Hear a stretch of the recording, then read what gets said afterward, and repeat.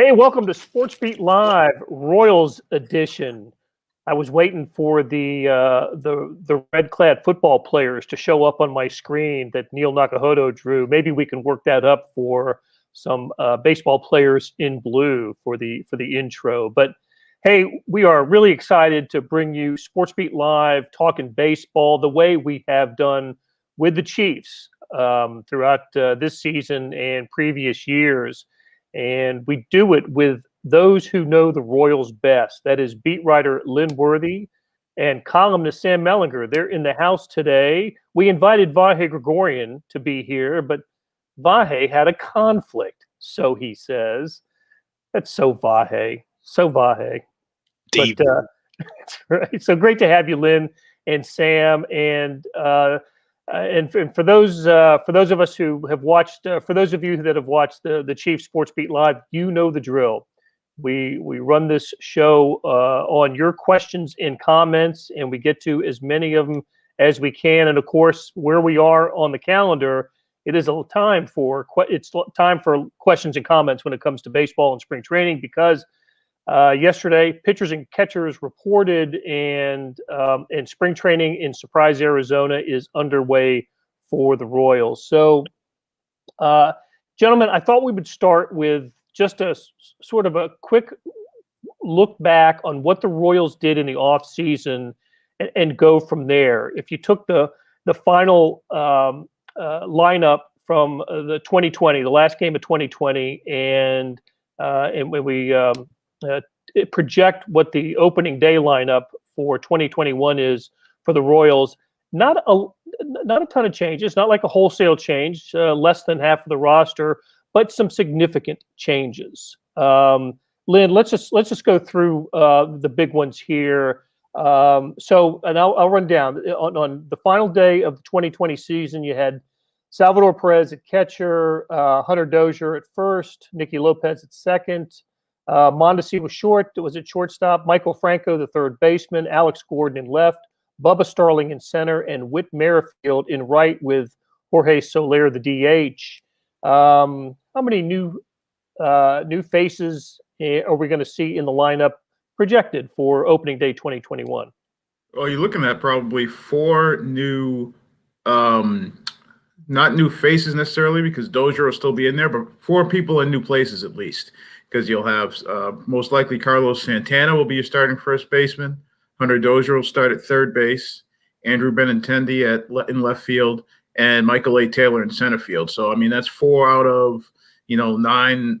If you include the DH, 4 out of 9 that you're talking about new faces or new people or people in new places. And then and obviously pitching staff, they made a couple additions there. And but yeah, the lineup is going to be different. The lineup's definitely going to be different.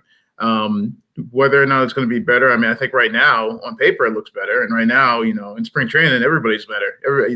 Every one of the 30 teams is better than they were the last time you saw them on paper right now. So, and the Royals are definitely in that boat. Even the Dodgers have improved their team, and I think they had a 800 winning percentage and roll into the World Series championship last year. So, do you agree, Sam? Is this a better lineup? Yeah, I think it is. It's deeper. I think they've got potential holes offensively at center field and second base. Those guys need to prove that they can, produce at the big league level. There's some question with Carlos Santana, just with age, right? He wasn't productive last year. I don't know what that means in 2020, right? Could mean something, could mean nothing. But yeah, I mean, I think it's hard to see, like, I don't know. I guess the point that I'm trying to make, like, what scenario exists other than big injuries where the Royals aren't going to be better? Like, they just should be. Their guys are mostly on the right side of the age curve. They've got some pitchers in the minor leagues that can, help produce or, help make the pitching staff better. They need to figure out the bullpen a little bit. I mean, I think that's probably a worry that the front office probably has right now. But yeah, I mean, generally speaking, this is an improved team. It's the most optimistic. Honestly, it's the most optimistic I've heard the people in that front office in 4 years. It really is. I mean, I think that they believe that they can compete. Okay, well, that's saying something. Yeah, the one name that was that stood out to me that was in last year's lineup, but not in this year's, was Michael Franco, and the guy was productive. What did he? He led the American League in a couple of categories and led the Royals in several. Lynn, but I guess the Royals felt like they had a comfortable solution by moving him along and putting Dozier back at his sort of natural third base position. Yeah, and Dozier the last couple of years has sort of been a big piece for them in terms of giving them flexibility. I mean, the fact that they were able to, they knew they'd be able to go out and get Franco, last year. The part of that was, okay, well, you can move Dozier to the outfield. He ended up playing a lot of first base at the end of last year, but really the thought was he was going to be outfield going into last year. Then, you could say, okay, well, his flexibility allows you to look at outfielders, allows you to look at third base, allows you to look at first baseman. So yeah, his ability to move around was a big part of that. And Franco, I think it really just came down to, he was arbitration eligible, and the Royals had to try and figure out, and Dayton Moore was pretty, open about this in the offseason, but they had to maximize the money that they were going to be able to spend. And from what I understand, Michael Franco was looking for, a hefty increase, like maybe in the neighborhood of like $9 million. And so if that number is accurate, then you look and say, well, they're paying Santana $7 million in his first season. And, basically it's the money that they spent on Santana and Michael Taylor with a little left over is what you were maybe looking at having to pay Michael Franco. So, and you were able to slide Dozier over there and, obviously still be able to make some other moves happen with the trade for Benintendi. And of course, the Royals looking for that, was it a 26 home run season, the last full season for Hunter Dozier, something of a, that was, got some great pop and triples too. I think he tied for the American League in triples that year as well. So showed some great pop. What about Michael A. Taylor in center field? Bubba Starling started, got most of the starts in center field in the abbreviated 2020 season. Is this the comment on Bubba that not the long-term solution for the Royals in center field? I'd say it's more of a not just them wanting to upgrade altogether. I mean, they look at Taylor. I mean, because Bubba, they were able to keep Bubba in house. I mean, he came back on a minor league contract. But Taylor is a guy who, has played on the World Series team. A couple years ago, defensive runs saved. He was one of the top center fielders in the game in that category.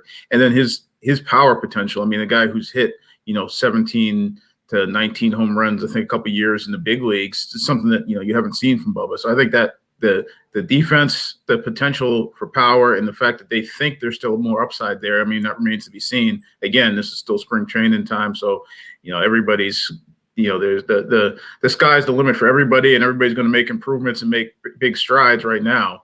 But even if he's still, the type of production he's seen the last couple of years, where he was, to be fair, he was playing part-time the last couple of years.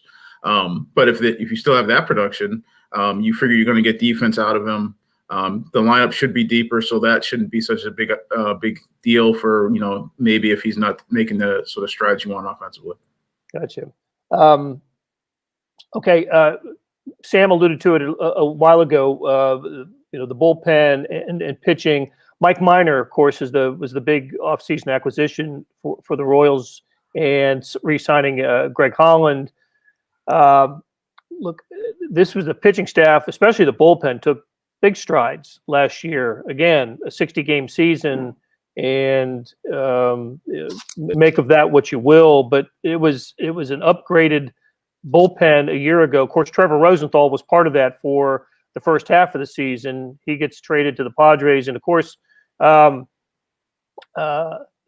today he just made some news. Just signed a 1-year deal for $11 million with the Oakland A's. So no Trevor Rosenthal for the Royals, at least at the start of the season, for those that wanted the Lee Summit native back in Kansas City. So how about the pitching, Sam? Did you? Is this a rotation that if we're looking at Keller, Duffy, Singer, Bubic, and Minor as a rotation, is that manageable? Yeah. I mean, it's funny about Brad Keller. I feel like he gets overlooked a lot. 'Cause we're always talking about Singer and Lynch and Bubic and Asa Lacy and all these guys, but Brad Keller's not much older than Brady Singer, and he's got two elite pitches.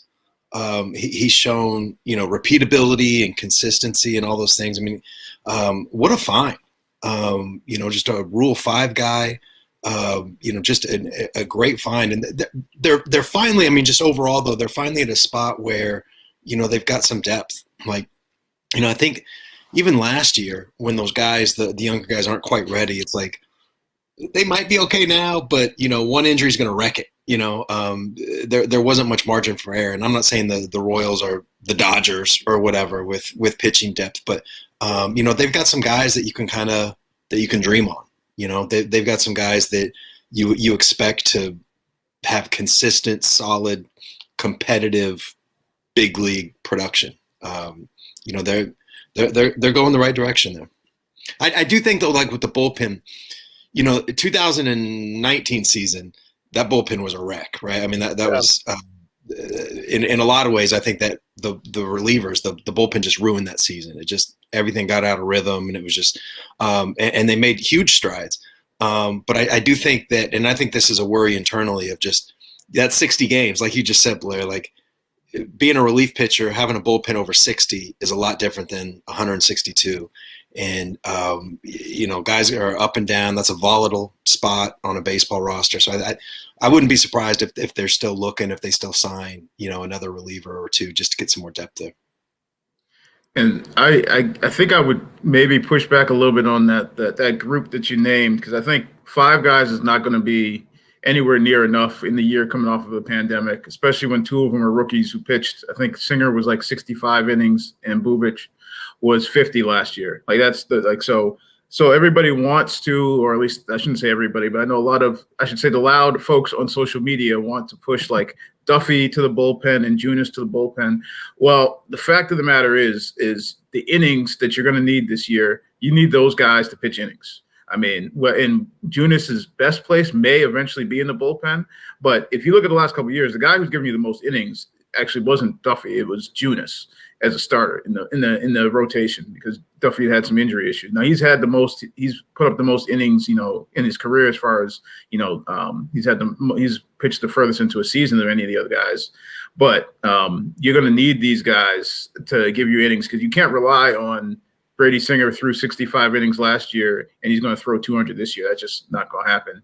And, whoever you're projecting, if that's Daniel Lynch or whoever else, you just can't count on that. So these guys, I think, like Mike Matheny's already, and Dayton Moore had said this a couple of weeks ago, 6-man rotation is something that's on the table. They haven't committed to it, but that's something that you might see early in the season where the schedule is spread out. Matheny was just saying yesterday, you don't need a 6th guy. You don't need a 5th guy for a while. I wouldn't be surprised if you see some of the younger guys skipped.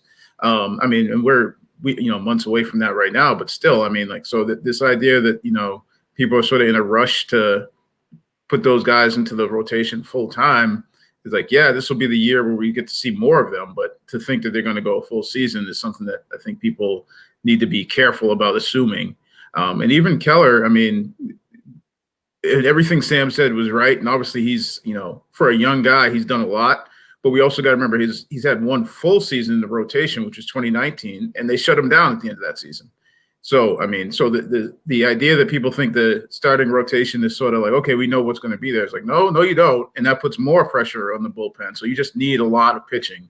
And that's going to be the question mark this year. I think that how that staff comes together, the rotation and the bullpen, and how they're able to piece things together and stretch guys out, that's going to decide their season.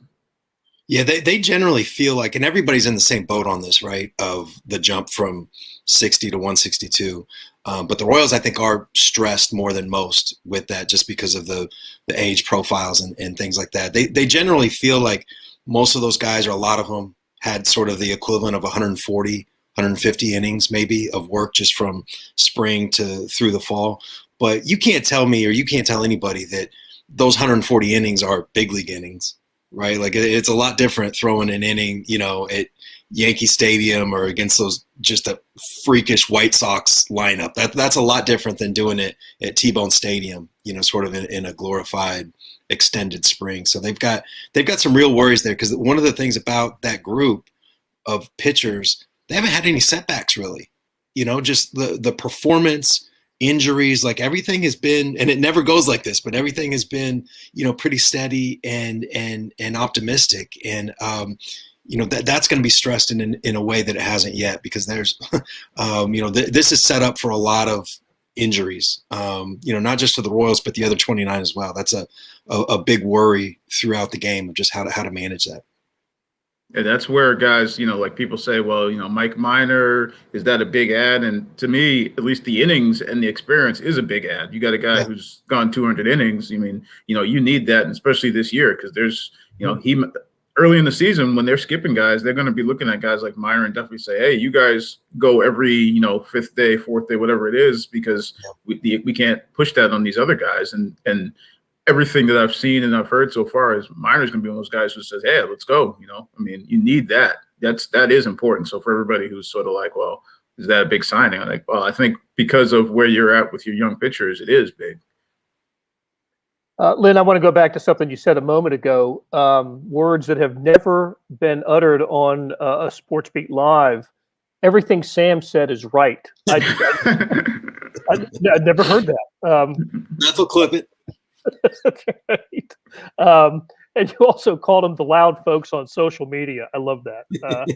Yeah, well, I mean, because we see a lot of that stuff, and I'm trying to be careful about what you see in the who jumps in your mentions is that's what most people think. I mean, because it's easy to fall into that. They're like, oh, okay, I see a lot of people saying that that's what most people think. Well, that doesn't mean that's what most people think. It just means that they're the ones who are rather boisterous about it. Right. Hey, let me ask you, how does Urban Santana fit into the mix of all this? I think that's another guy where, innings, you're just trying to get guys who you think can give you innings, guys who you at least you feel like you have some idea of what you're going to get from them or what you might get from them. That doesn't mean that it's necessarily going to be, elite top caliber stuff, but you think what you'll get and you think you can rely on them to give you innings. I think that's why guys like that will be important. I don't know if he factors in right away, but again, if everybody that you have to reach down and grab out of the minors is still in that same boat as like the, Bubic and Singer, where they haven't had a whole lot of experience, and last year there was no minor league baseball, having a guy who has been around and who's pitched innings, at the big league level before, and be able to have that option, that can't hurt. Wesley asks, can we come this year to the games? What do we know about first of all, spring training attendance, and then what do we know about regular season home attendance, Lynn? I believe the last I heard was in Surprise. They were talking about having some sort of reduced attendance. I haven't seen ticket information. I was looking online. I don't remember if that was earlier this week or when the schedules, the revised schedule came out. So I haven't seen information about it.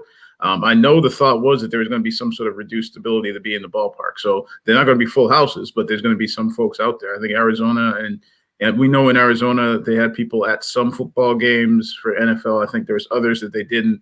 They had people in the stands for some hockey games.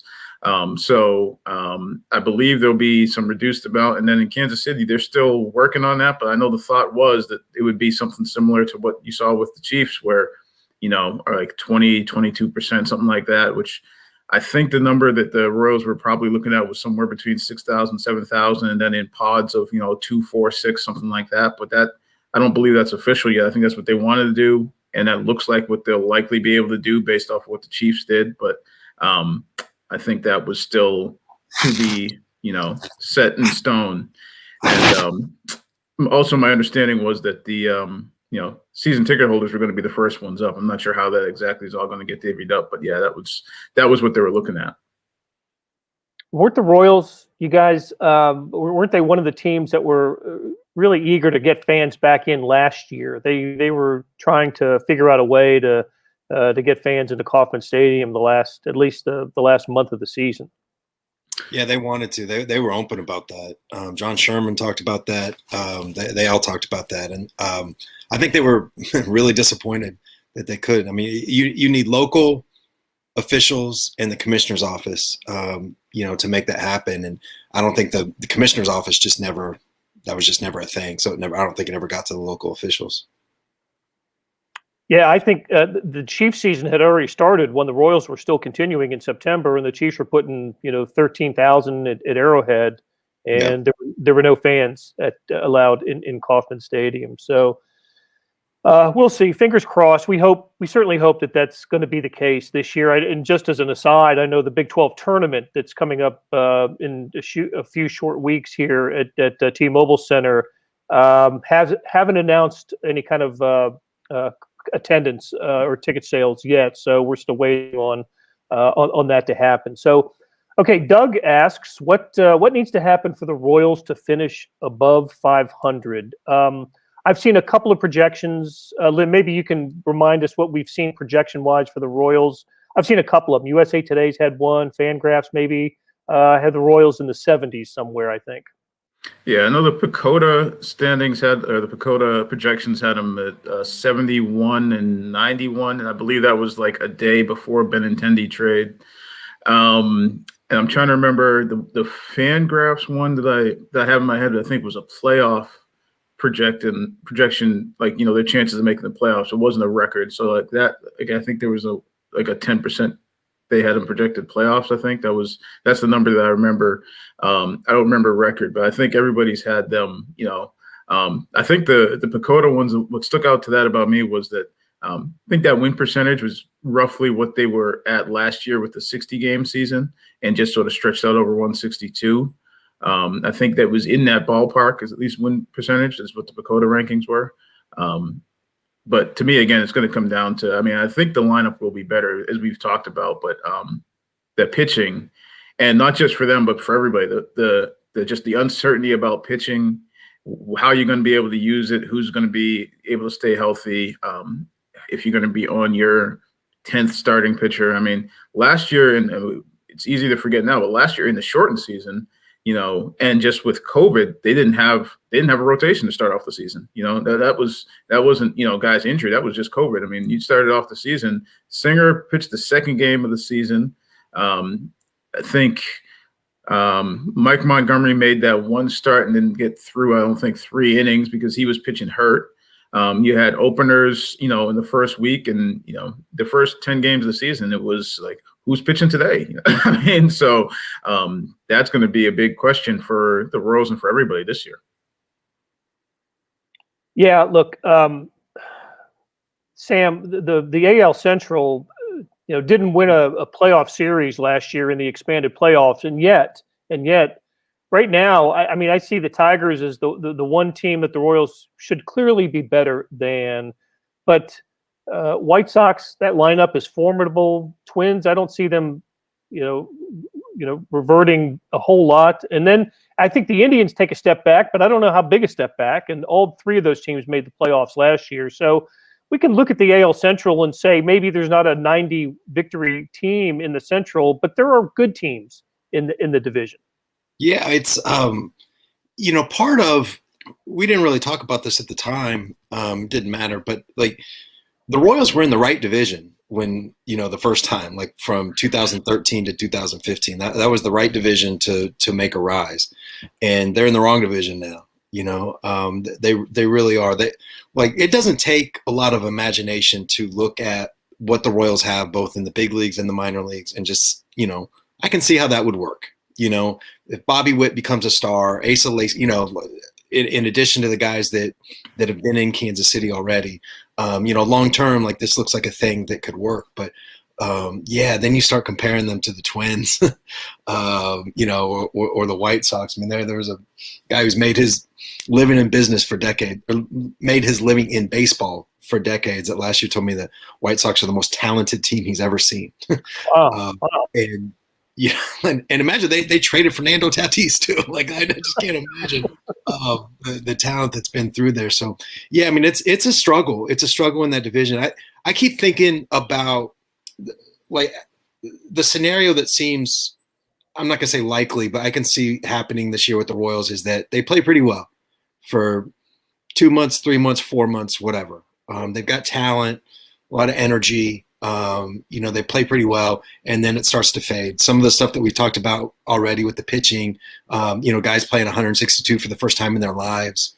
I think that maybe the if they get through that first 3 or 4 months playing pretty well, the last month or two might be a little bit of a struggle for them. I mean, the one that I think I still keep coming back to is just Cleveland. I'm not sure how good I expect Cleveland to be. So, like, people say, well, where can they finish in the division? And I'm like, if you could maybe leap over Cleveland, and I'm not saying that's a given, but I feel like that would be a really big move for them to be able to be behind, Chicago and Minnesota. And I mean, obviously, and as we'll talk to them, or as we've talked to them already, like players, manager, all that sort of stuff, they're going to say they want to win the division, and that's that should be what their aim is. But I mean, as far as expectation, expectation to the point where if they don't reach it, then at the season you're like, you're looking to call somebody out. Like I don't think it's that high to be to say okay, they need to be into the race for the division. I think it's if they can get into that spot where they're right behind Minnesota and Chicago, I feel like they've made a big move this year. And if they're playing, if they got games that are meaningful in September, I think that would be big. I think that would be a really good year for them. That's really all you ask as a baseball fan, right? Is to have meaningful games in September. Do we know, has baseball decided to continue the expanded playoffs, or is that still to be determined? As we sit now, it's not. But I mean, I think last year they didn't finalize that until like the day of that first game. Like I'm trying to remember who it was, the Yankees and somebody were playing that first game, and I believe that was that was when you when you heard what the playoff format was going to be. Okay, so we'll I guess we'll wait and see. Certainly, an expanded playoff will favor teams like the Royals that are on the rise. So, okay, good spot to end it here, Lynn. I can't thank you enough for joining us today. I know schedules are uncertain once baseball starts, and I'm glad you were able to squeeze us in. And hopefully, we can do this on a weekly basis. We'll figure out a time and try to be consistent with it. And we had such a good time doing it with the Chiefs over the years, and I think we'll have equally good time talking Royals baseball throughout the spring, summer, and into the fall. And we'll have Sam Mellinger and Vi Gregorian and other writers here as well, taking your questions and comments. And Lynn, thanks for doing this, and we'll talk to you again hopefully next week. I know you're heading to spring training on Sunday, and can't wait to read what you've got coming from Surprise, Arizona. So for Lynn, for Sam Mellinger, for our producer Beth Welsh, I'm Blair Kerkhoff. Thanks for joining us. We'll talk to you again soon.